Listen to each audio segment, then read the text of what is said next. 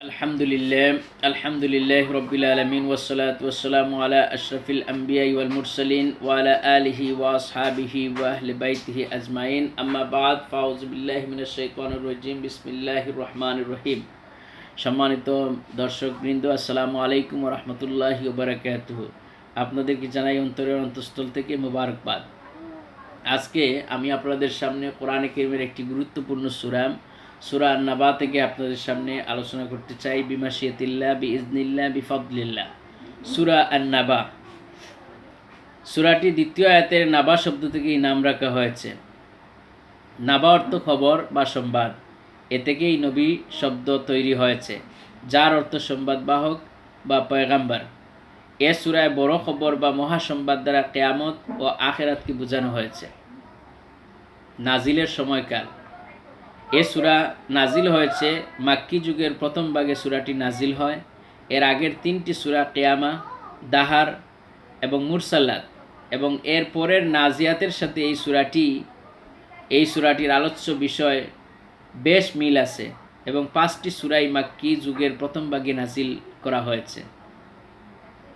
এই সূরার আলোচ্য বিষয় হচ্ছে কিয়ামত ও আখিরাত হচ্ছে মূল আলোচ্য বিষয়। আখিরাতের প্রমাণ এবং আখিরাতকে মানা এবং না মানার ফলাফল সম্পর্কে মানুষকে এখানে সাবধান করা হয়েছে। নাজিলের পরিবেশ, যেই পরিবেশে এই সূরা আল্লাহ পাক নাজিল করেছেন, রাসূল কারীম সাল্লাল্লাহু যখন ইসলামের তাবলীগ শুরু করেন, দাওয়াত শুরু করেন, তখন 3টি কথাকে কবুল করার জন্য জনগণকে দাওয়াত দেন। 1 নম্বরে হচ্ছে তাওহীদ, 2 নম্বরে হচ্ছে রিসালাত, 3 নম্বরে হচ্ছে আখিরাত। এই 3টি বিষয়ে নবী করিম সাল্লাল্লাহু আলাইহি ওয়াসাল্লাম তিনি দাওয়াত শুরু করেছেন, জনগণকে দাওয়াত দিয়েছেন এই 3টি বিষয়কে সামনে রেখে। 1 নম্বরে বলা হচ্ছে আল্লাহকে একমাত্র ইলাহ এবং মাবুদ মানা এবং আল্লাহর সত্তা ও গুণাবলীতে আর কাউকে শরীক না করাই তাওহীদের মূল কথা। 2 নম্বরে বলা হচ্ছে মুহাম্মদ সাল্লাল্লাহু আলাইহি ওয়াসাল্লামকে আল্লাহর রসুল হিসাবে মানাই রিসালতের প্রথম কথা। 3 নম্বরে বলা হয়েছে একথা বিশ্বাস করা যে এই দুনিয়া এক সময় খতম হয়ে যাবে এবং আরও একটা জগৎ পয়দা হবে, যখন সব মানুষকে আবার জীবিত করা হবে এবং তাদের আকীদা ও বিশ্বাস এবং আমলের হিসাব নেওয়া হবে। শেষ বিচারে যারা মুমিন এবং সৎকর্মশীল প্রমাণিত হবে তাদেরকে চিরদিনের জন্য বেহেশতে পাঠানো হবে, আর যারা কাফির, ফাসিক, মুনাফিক প্রমাণিত হবে তাদেরকে দুজকে দেওয়া হবে, দুজকে নিক্ষেপ করা হবে। এটাই হলো আখিরাতের সংক্ষেপ কথা। এ 3টি কথার মধ্যে প্রথম ও দ্বিতীয় কথার চেয়ে তৃতীয় কথাটিকে মেনে নেয়াই মক্কাবাসীরা বেশি কঠিন মনে করল। আল্লাহকে তারা বিশ্বাস করত, কিন্তু একমাত্র আল্লাহকেই ইলাহ, মাবুদ ও মনিব মানতে হবে এবং আর কারো ইবাদত করা যাবে না, একথা তারা মানতে রাজি ছিল না। তেমনিভাবে মুহাম্মদ সাল্লাল্লাহু আলাইহি ওয়াসাল্লামকে তারা নবুয়তের আগেই সবচেয়ে সত্যবাদী, সচ্চরিত্র, আমানতদার বলে স্বীকার করত, কিন্তু আল্লাহর রসুল হিসাবে তাকে স্বীকার করতে রাজি ছিল না। তাই আল্লাহ তাআলা ও মুহাম্মদ সাল্লাল্লাহু আলাইহি ওয়াসাল্লাম তাদের কাছে অপরিচিত ছিল না। কিন্তু কিয়ামত ও আখিরাতের কথা তাদের কাছে একেবারেই আজব মনে হলো। তারা কিছুতেই একথাকে সত্য বলে মানতে পারছিল না। এটাকে তারা অসম্ভব ও অবাস্তব মনে করত। তাই একথাটি নিয়ে তারা খুবই ঠাট্টা বিদ্রূপ করতে লাগলো। এটাকে যুক্তি, বুদ্ধি ও বিশ্বাসের অযোগ্য মনে করল এবং এটাকে কল্পনারও অতীত মনে করে চরম বিস্ময় প্রকাশ করল। আশ্চর্য হলো।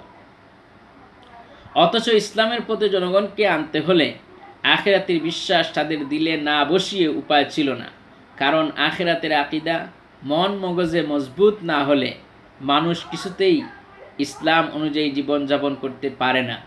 আখিরাতের বিশ্বাস ছাড়া হক ও বাতিলের পার্থক্য বুঝবার যোগ্যতাই সৃষ্টি হয় না এবং ভালো ও মন্দের ব্যাপারে সঠিক মূল্যবোধ মোটেই পয়দা হয় না। রূপ, রস, গন্ধে ভরা এই দুনিয়ার মজা মানুষকে এত জুড়ে টেনে নিয়েছে, আখিরাতের প্রতি মজবুত ঈমান ছাড়া তা থেকে ছুটে আসা কিছুতেই সম্ভব নয়। এজন্যই মাক্কি যুগের প্রথম ভাগে নাজিল হওয়া সূরাগুলোতে আখিরাতের আকীদা মন মগজে মজবুত করার জন্য এত জোর দেওয়া হয়েছে যে অবশ্যই আখিরাতের যুক্তি প্রমাণ এমনভাবে পেশ করা হয়েছে যাতে তাওহীদের ধারণা আপনা আপনি মগজে বসে যায়। ফাঁকে ফাঁকে রসুল করিম সাল্লাল্লাহু আলাইহি ওয়াসাল্লাম ও কোরআনের সত্যতা প্রমাণও তাতে এসে গেছে। এ থেকেই বোঝা যায় মাক্কি যুগের প্রথম ভাগের সূরাগুলোতে আখিরাতের সম্বন্ধে বারবার এত আলোচনা কেন করা হয়েছে।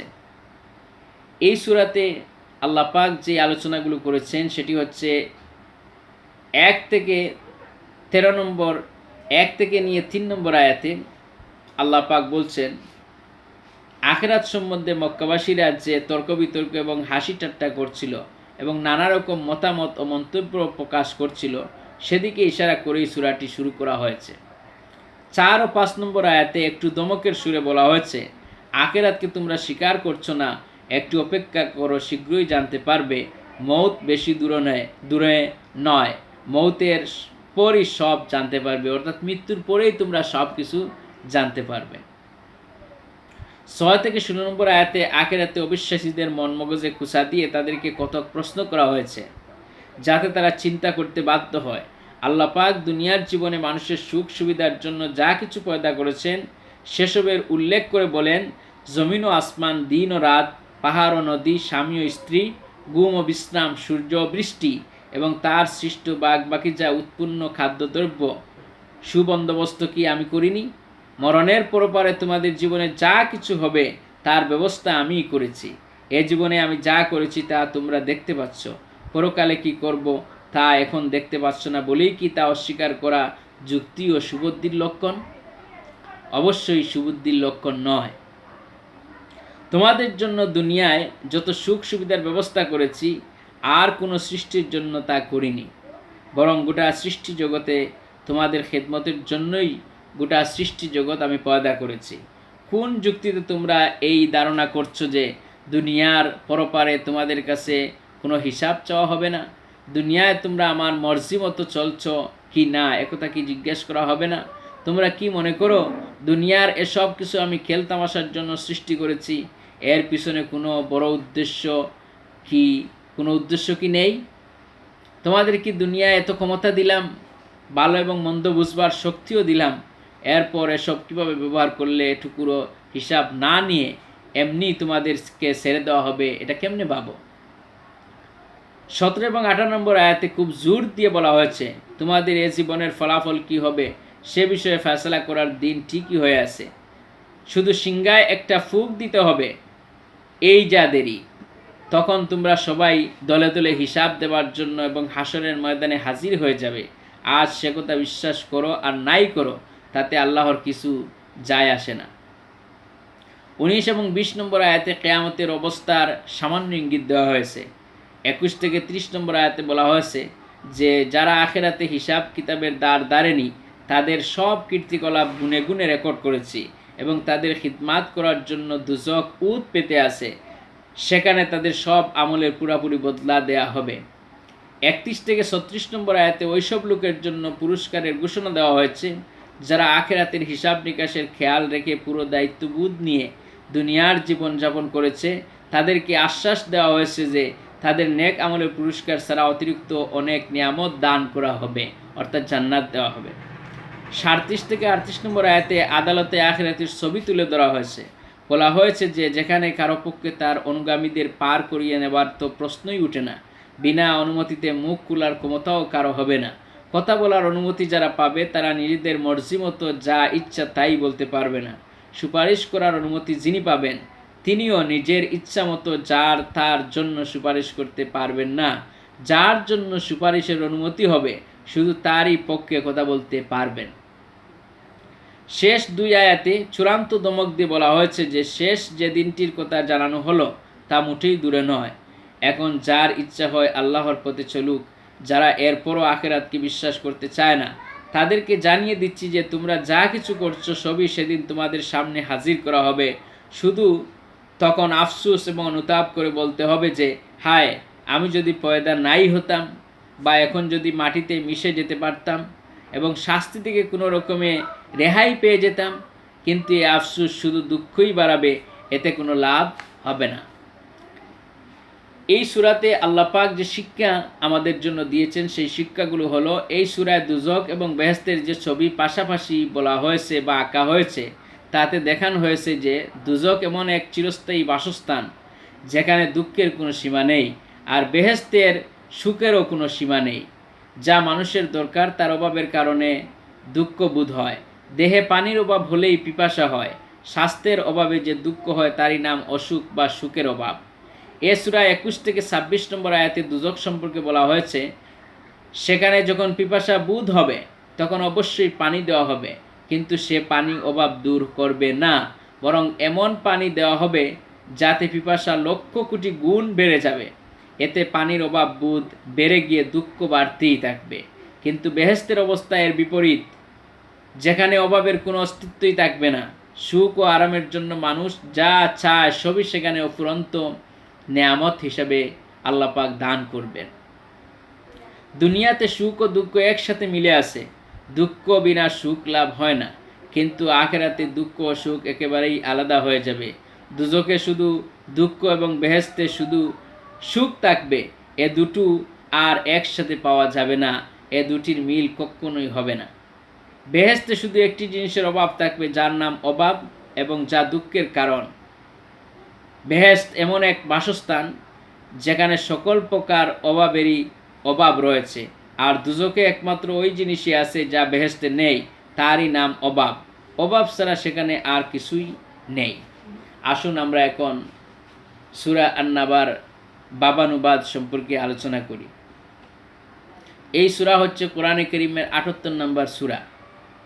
মোট আয়াত সংখ্যা হচ্ছে 40টি এবং রুকু সংখ্যা হচ্ছে 2টি। রাসূল করিম সাল্লাল্লাহু আলাইহি ওয়াসাল্লামের মক্কি জীবনে আল্লাহ রাব্বুল আলামিন এই সূরাটি কোরআনে কারীমের মধ্যে নাজিল করেন।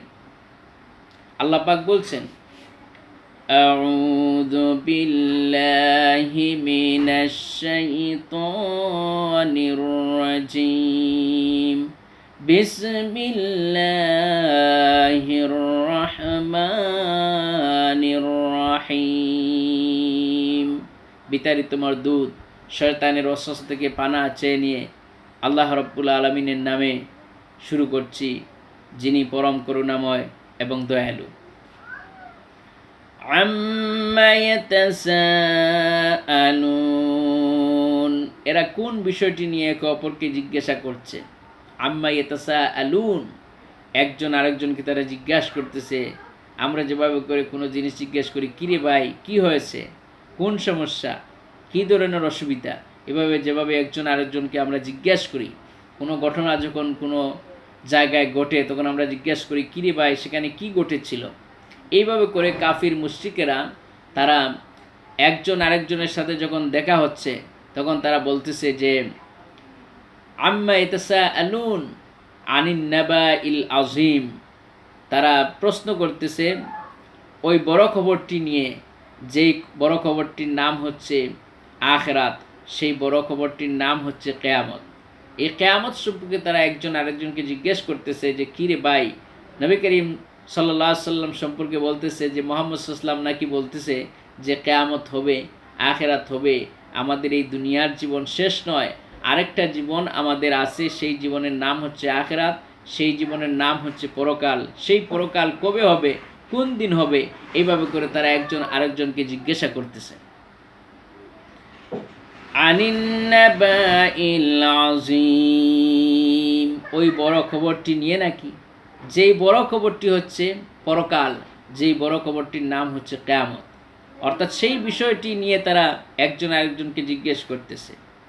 আল্লাযী হুম ফীহি মুখতালিফুন, যে বিষয়ে এরা নানা মত প্রকাশ করে চলেছে, অর্থাৎ তারা ইখতিলাফ করে চলেছে যে কিয়ামত আবার কি জিনিস, কিয়ামতে নাকি আমাদেরকে আবার উঠতে হবে, আমাদেরকে আবার নাকি কিয়ামতের দিন জবাব দিতে হবে, আল্লাহর দরবারে আমাদের কর্মফলের হিসাব হবে, নিকাশ হবে, এগুলো আবার কি কথা, আমরা তো মরে যাব, পচে যাব, গলে যাব, হাড্ডি গুড্ডি মাটির সাথে মিশে যাবে, তারপরে কি আবার আমাদেরকে কিয়ামতের দিন উঠানো হবে, এটা কি আদৌ সম্ভব।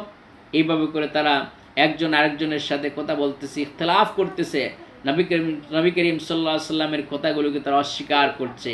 আল্লাহ পাক সেই আলোকে বলতেছেন, কাল্লা সায়ালামুন, কখনো নয়, শীঘ্রই এরা জানতে পারবে। কখনো নয়, এরা কিয়ামত যে হবে, আখিরাত যে হবে, সিংহায় যে ফুৎকার হবে, এটা অবশ্যই তারা জানতে পারবে। সুম্মা কাল্লা সায়ালামুন, হ্যাঁ কখনো নয়, শীঘ্রই এরা জানতে পারবে সেই কিয়ামত সম্পর্কে। সেই কিয়ামত অনুষ্ঠিত হবে, সেই কিয়ামত তারা অবশ্যই জানবে, এতে কোনো সন্দেহ নাই। আল্লাহ রাব্বুল আলামিন কোরআনে কারীমের ভিতরে বলছেন, আল্লাহ পাক বলেন, আলাম নাজআলিল আরদা মিহাদা, একথা কি ঠিক নয় যে আমি জমিনকে বিছানা বানিয়েছি? সুবহানাল্লাহ। আল্লাহ পাক বলেছেন, আমি তোমাদের জন্য জমিনকে বিছানা বানিয়েছি। এই জমিনের মধ্যে তোমরা টিকে আছো, এই জমিনের মধ্যে তোমরা বসবাস করছো, এই জমিনকে আমি বিছানা বানিয়েছি। এটা আমি যেহেতু বানাতে পেরেছি, সেহেতু কি কিয়ামতের দিনটিকে আমি অনুষ্ঠিত করতে পারবো না? কিয়ামতের দিনটিকে আমি সংগঠিত করতে পারবো না? তোমাদেরকে কি কিয়ামতের দিন একত্রিত করতে পারবো না? এটাই আল্লাহ পাক বুঝাচ্ছেন। তিনি এক ধরনের দমক দিয়ে বলতেছেন যে আলাম নাজআলিল আরদা মিহাদা, আমি কি তোমাদের জন্য এই জমিনকে বিছানা বানাইনি? ওয়াল জিবালা আওতাদা, আর পাহাড়গুলোকে পেরকের মতো গেড়ে দিয়েছি, অর্থাৎ পাহাড়গুলো যাতে করে তোমাদেরকে জমিন হেলে দুলে, জমিন যাতে করে নড়াচড়া না করে, সেই জন্য আমি কিলক হিসাবে পাহাড়গুলোকে আমি আল্লাহ পাক গেড়ে দিয়েছি। সুবহানাল্লাহ। ওয়া খালাকনাকুম আজওয়াজা, আর পাহাড়গুলোকে পেরেকের মতো তো দিয়েছি, এরপরে আমি তোমাদেরকে নারী এবং পুরুষের জোড়ায় জোড়ায় তোমাদেরকে পয়দা করেছি। একদিকে দিলাম নারী, আরেকদিকে দিলাম পুরুষ। এই দুইটি জাতি হিসেবে তোমাদেরকে আমি পয়দা করেছি, নারী আর পুরুষ হিসেবে তোমাদেরকে সমাজ ব্যবস্থার জন্য, পরিবার ব্যবস্থার জন্য, দুনিয়ার বুকে বসবাসের জন্য, আরাম এবং শান্তি লাভের জন্য আমি নারী আর পুরুষ পৃথিবীতে সৃষ্টি করেছি। ওয়াজআলনা নাওমাকুম সুবাতা, আর আমি তোমাদের জন্য তোমাদের ঘুমকে শান্তির উপায় বানিয়েছি, শান্তির বাহন বানিয়েছি। সুবহানাল্লাহ। ঘুম এমন একটি শান্তির বাহন, যাদের ঘুম হয় না তারাই টের পাবে যে ঘুম কি। যারা ট্যাবলেট খেয়ে ঘুমাতে যায় তারাই জানে ঘুমের কি মর্যাদা। আর আল্লাহ যাদেরকে ঘুম নামক নিয়ামত দান করেছেন, যারা সাথে সাথে ঘুমিয়ে পড়ে, আল্লাহ পাক তাদেরকে মহা নিয়ামত দান করেছেন, তারাই বুঝে যে ঘুম কী ধরনের নিয়ামত। যাদের ঘুম হয় না তারা বুঝতে পারে ঘুম কী ধরনের নিয়ামত। আর যাদের মধ্যে ঘুম বেশি হয় তারা বুঝতে পারে না যে ঘুমটা আসলে কি, বেশি ঘুমায় এই জন্য বুঝতে পারে না। আল্লাহ পাক বলতেছেন যে আমি তোমাদেরকে ওয়াজআলনা নাওমাকুম সুবাতা, আমি তোমাদেরকে এই ঘুমকে শান্তির বাহন বানিয়েছি, শান্তির নীড় বানিয়েছি। সুবহানাল্লাহ। ওয়াজআলনাল লাইলা লিবাসা, আর রাতকে আবরণ এবং দিনকে, আল্লাহ পাক বলতেছেন আমি রাতকে তোমাদের জন্য লিবাস বানিয়েছি। সুবহানাল্লাহ। আমি রাতকে তোমাদের জন্য আবরণ বানিয়েছি এবং দিনকে রুজি রোজগারের জন্য সময় বানিয়ে দিয়েছি। ওয়াজআলনান নাহারা মাআশা, আর দিনকে আমি রুজি রোজগারের জন্য, যাতে করে তোমরা জীবনকে অতিবাহিত করার জন্য, জীবনকে পরিচালনা করার জন্য রুজি রোজগার করতে পারো, সেই জন্য আমি দিন দিলাম। আর রাত দিলাম যাতে করে তোমরা ঘুমাতে পারো, ক্লান্ত শরীর নিয়ে তোমরা বিশ্রাম করতে পারো, আরাম করতে পারো, সেই জন্য আমি এই রাত দিয়েছি। সুবহানাল্লাহ, সুবহানাল্লাহ। এই রাতকে দিলাম আর দিন দিলাম তোমরা রুটি রোজগার করার জন্য।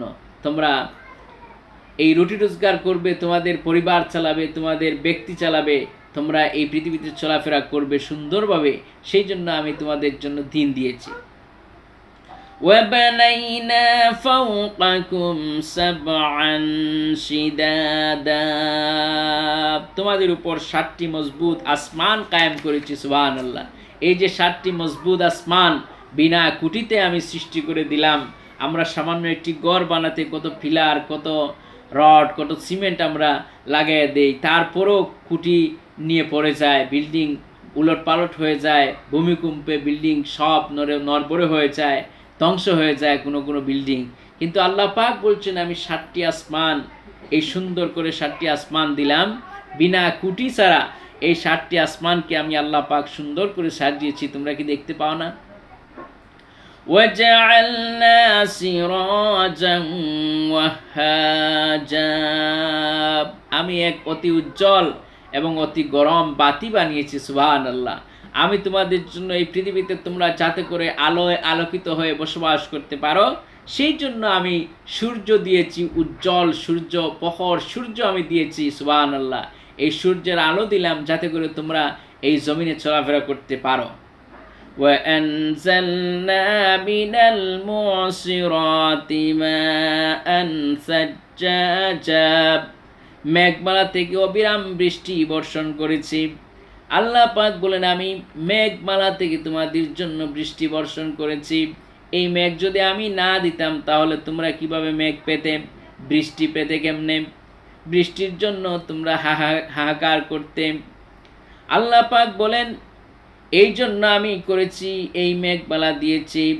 লিনুখরিজা বিহি হাব্বান ওয়া নাবাতা ওয়া জান্নাতিন আলফাফা। আল্লাহ পাক বলেন, আমি যে বৃষ্টির পানি দিলাম, বৃষ্টির পানিগুলো এই জন্য দিলাম যাতে এর সাহায্যে ফসল, শাক সবজি এবং গণবাগান উৎপাদন করতে পারো। আল্লাহ পাক বলেন, ইন্না ইয়াউমাল ফাসলি কানা মিকাতা, নিশ্চয়ই মীমাংসার দিনটির সময় নির্দিষ্ট হয়ে আছে, অর্থাৎ কিয়ামত অনুষ্ঠিত হবে, এতে কোনো সন্দেহ নাই। কিয়ামত অনুষ্ঠিত হবেই। এই যে আমি তোমাদেরকে বৃষ্টির পানি দিলাম, বৃষ্টির পানি এই জন্য দিলাম যাতে করে তোমরা ফসল উৎপাদন করতে পারো, শাক সবজি উৎপাদন করতে পারো, বাগান বাগিচা উৎপাদন করতে পারো, এই জন্যই আমি তোমাদেরকে বৃষ্টির পানি দিলাম।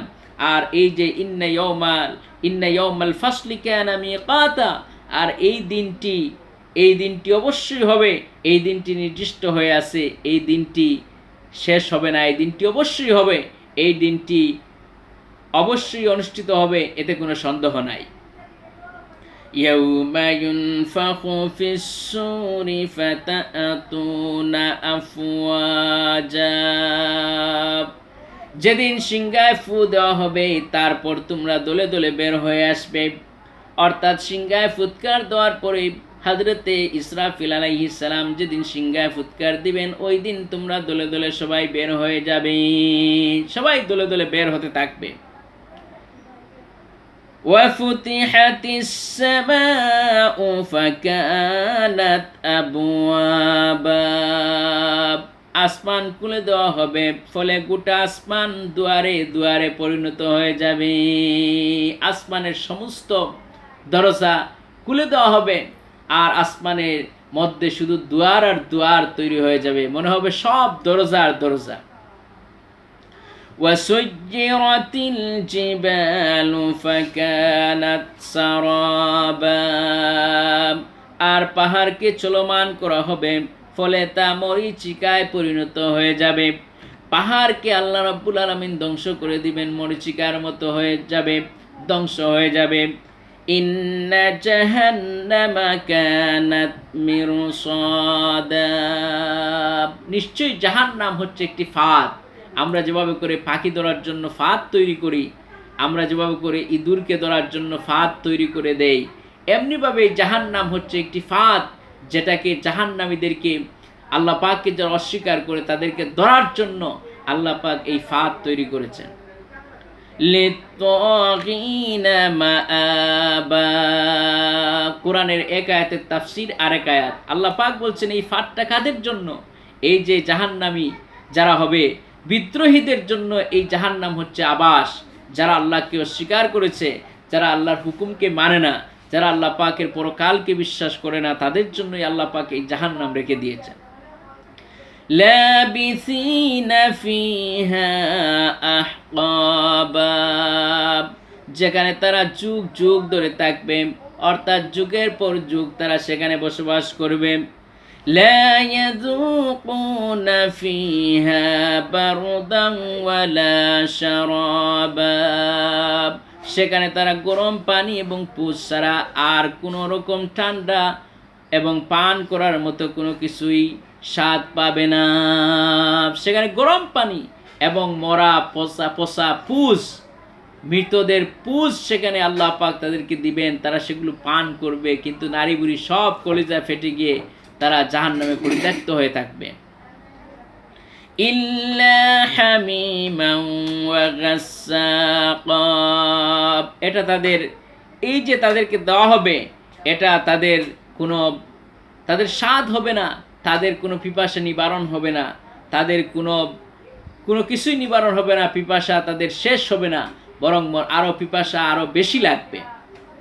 জাযাআন ওয়িফাকা, আসলে এটা হচ্ছে তাদের কর্মফল, তারা যে কর্ম করেছিল সেই কর্মফল হিসাবে তারা এটা পাচ্ছে, এই জাহান্নাম পাচ্ছে। ইন্নাহুম কানু লা ইয়ারজুনা হিসাবা, ওরা কোনো হিসাব দিতে হবে বলে মনে করতো না, তারা মনে করতো এই দুনিয়াই সব শেষ, এখানেই আমরা বেঁচে আছি, এখানেই মরবো, আর আমরা পচে গেলাম, গলে গেলাম, হাড্ডি গুড্ডি মাটির সাথে মিশে গেল, আর কি আমাদের নতুন করে কোনো হিসাব দেওয়া হবে? অবশ্যই হিসাব দেওয়া হবে না, এটা তারা মনে করতো। وَكَذَّبُوا بِآيَاتِنَا كِذَّابًا, আর আমার আয়াতগুলোকে তারা অস্বীকার করতো, মিথ্যা মনে করতো এই হুজুররা এই যে বলতেছে এগুলা মিথ্যা কথা, এগুলা আসলে আল্লাহ পাক নাজিল করেননি, নাউজুবিল্লাহ। নবী করিম সাল্লাল্লাহু আলাইহি ওয়াসাল্লাম, সাহাবায়ে কেরাম যখন এগুলা বলতেন তখন তারা বলতো এগুলা আল্লাহ পাক নাজিল করেননি, এভাবে করে তারা হাসি তামসা করতো, ঠাট্টা বিদ্রুপ করতো। وَكُلَّ شَيْءٍ أَحْصَيْنَاهُ كِتَابًا, অথচ প্রতিটি জিনিস আমি গুনে গুনে লিখে রেখেছি, এই জিনিসগুলো আমি লিখে রেখেছি, অর্থাৎ কিয়ামতের দিন এগুলো আল্লাহ পাক প্রকাশ করবেন। فَذُوقُوا فَلَن نَّزِيدَكُمْ إِلَّا عَذَابًا, আল্লাহ পাক বলবেন কিয়ামতের দিন, বলবেন এখন মজা বুঝো, আমি আযাব ছাড়া তোমাদের জন্য আর কিছুই ছাড়বো না। এই যে আমার আয়াতকে অস্বীকার করেছো, আমার নবীকে অস্বীকার করেছো, আমার পরকালকে অস্বীকার করেছো, আমার ফেরেশতাদেরকে অস্বীকার করেছো, আজকের মজা বুঝো, আজকে তোমাদেরকে জাহান্নামে নিক্ষেপ করলাম, জাহান্নামের স্বাদ আজকে তোমরা উপভোগ করো। ইন্না লিল মুত্তাকিনা মাফাজা, আবার ওদিকে যারা মুত্তাকি হবে, যারা আল্লাহকে ভয় করে চলবে, নিশ্চয়ই মুত্তাকিদের জন্য রয়েছে সফলতার একটা পর্যায়। হাদাইকা ওয়া আ'নাবা, অর্থাৎ মুত্তাকিদের জন্য জান্নাত দেওয়া হবে, সেখানে বাগ বাগিচা এবং আঙ্গুর থাকবে। ওয়া কাওয়াইবা আতরাবা, আর সমবয়সী নবীন যুবতীর দল থাকবে, সেখানে সমবয়সী সাথী সঙ্গী থাকবে, সুবহানাল্লাহ। ওয়া কাআসান দিহাকা, এবং বড়া পান পাত্র থাকবে, সেখানে তারা পান করবে, সেখানে তারা শরাবান তাহুরা পান করবে, পবিত্র পানিও তারা সেখানে পান করবে, যেই পানি পান করলে তাদের আর জীবনেও তৃষ্ণা ধরবে না, তাদের জীবনেও পিপাসা লাগবে না, সুবহানাল্লাহ। এই জান্নাতে তারা সমবয়সী তরুণেরা পাবে সমবয়সী তরুণী, এবং তরুণীরা পাবে সমবয়সী তরুণ। জান্নাতে আল্লাহ পাক যুবক এবং যুবতী দিয়ে ভরপুর করে দিবেন, সুবহানাল্লাহ। লা ইয়াসমাউনা ফিহা লাগওয়ান ওয়ালা কিযাবা, সেখানে তারা কোনো বাজে এবং মিথ্যা কথা শুনবে না। দুনিয়ার বুকেই যেভাবে করে মানুষ মিথ্যা কথা বলে, বাজে কথা বলে, খারাপ কথা বলে, অশ্লীল বাক্য ব্যবহার করে, জান্নাতের ভিতরে সেই সমস্ত বাক্যগুলো ব্যবহার করা হবে না। লা ইয়াসমাউনা ফিহা লাগওয়ান ওয়ালা কিযাবা, সেখানে তারা কোনো বাজে এবং মিথ্যা কথা শুনবে না। জাযাআম মির রাব্বিকা আতাআন হিসাবা, এসব তোমার রবের কাছ থেকে বদলা এবং বিপুল দান, সুবহানাল্লাহ। এগুলো হচ্ছে এই যে জাযা দেওয়া হচ্ছে, এই যে পুরস্কার দেওয়া হচ্ছে, এই সব পুরস্কার হচ্ছে তোমার রবের পক্ষ থেকে, আল্লাহর পক্ষ থেকে, সুবহানাল্লাহ। رب السماوات والأرض وما بينهما الرحمن لا يملكون منه خطابا আল্লাহ পাক বলেন, অত্যন্ত মেহেরবান আল্লাহর পক্ষ থেকে, যিনি পৃথিবী এবং আকাশ সমূহ এবং তাদের দুয়ের মাঝে যা কিছু আছে সব কিছুর মালিক, যার সামনে কথা বলার সাহস কারো হবে না। কিয়ামতের দিন আল্লাহর সামনে কথা বলার কোনো সাহস হবে না। কিয়ামতের দিন কেউ আল্লাহর দরবারে এত সাহস নাই কথা বলার। অথচ আমরা মনে করি কিয়ামতের দিন দুই পীরের কাছে আমরা মুরিদ হয়ে মনে করি এই দুই পীর আমাদেরকে কিয়ামতের দিন অমনিভাবে জান্নাতে পৌঁছায় দিবে, যেভাবে করে দুনিয়ার বুকে সবরি আর কলা খায়, এইভাবে করে আল্লাহ পাক আমাদেরকে জান্নাতে ওই দুই পীরের খাদে বর করে দিয়ে জান্নাতে দিয়ে দিবেন। এইভাবে করে আমরা মুরিদ হই, নাউজুবিল্লাহ। অথচ কিয়ামতের দিন আল্লাহর নবীকে আল্লাহ পাক পারমিশন দিবেন আমাদের জন্য সুপারিশ করার জন্য, কিন্তু আমরা কোনো পীর সাহেবের কাছে, কোনো মৌলানার কাছে, কোনো হুজুরের কাছে যদি আমরা মুরিদ হই আর মনে করি যে আমরা এগুলোই আমাদেরকে কিয়ামতের দিন বাঁচাইয়া দিবে, তাহলে এটা মিথ্যা। আল্লাহ পাক কিয়ামতের দিন আমলের বিনিময়ে আপনাকে বাঁচাতে পারেন, আমাকে বাঁচাতে পারেন। আমল ছাড়া কিয়ামতের দিন বাঁচার কোনো রাস্তা নাই। নবী করিম সাল্লাল্লাহু আলাইহি ওয়াসাল্লামের কলিজার টুকরা মা ফাতিমাকে নবী করিম সাল্লাল্লাহু আলাইহি ওয়াসাল্লাম বলেছেন, ও ফাতিমা, কিয়ামতের দিন আমি নবীর মেয়ে হিসাবে তোমার নাজাতের কোনো ফয়সালা হবে না। ও আমার কলিজার টুকরা নাতি হাসান আর হুসাইন, কিয়ামতের দিন আমি নবীর নাতি হিসাবে তোমাদের নাজাতের কোনো ফয়সালা হবে না। ও আমার জামাই হযরতে আলী, কিয়ামতের দিন আমি নবীর জামাই হিসাবে নাজাতের কোনো ফয়সালা হবে না। যার যার আমলের উপরে ভিত্তি করে কিয়ামতের দিন নাজাত হবে। আমল যদি খারাপ হয়ে যায়, অবস্থা চূড়ান্ত হয়ে যাবে। কিয়ামতের দিন কেউ বাঁচতে পারবে না, কেউ কারো সুপারিশ করতে পারবে না। ইয়াউমা ইয়াফিরুল মারউ মিন আখিহি ওয়া উম্মিহি ওয়া আবিহি ওয়া সাহিবাতিহি ওয়া বানিহি, কিয়ামতের দিন মা বাপ, ভাই বোন, আত্মীয় স্বজন কেউ কোনো কাজে লাগবে না, বন্ধু বান্ধব কোনো কাজে লাগবে না। ওই কিয়ামতের দিন সমস্ত মানুষ নাফসি নাফসি করতে থাকবে। আর একমাত্র আমাদের প্রিয় নবী মুহাম্মদ রাসূলুল্লাহ সাল্লাল্লাহু আলাইহি ওয়াসাল্লাম তিনি বলতে থাকবেন, উম্মতি উম্মতি, উম্মতের জন্য তিনি কাঁদতে থাকবেন। তাকে আল্লাহ পাক সুপারিশের জন্য অনুমতি দিবেন, তিনি সুপারিশ করবেন। আল্লাহ পাক তাকে স্পেশাল পাওয়ার দিবেন।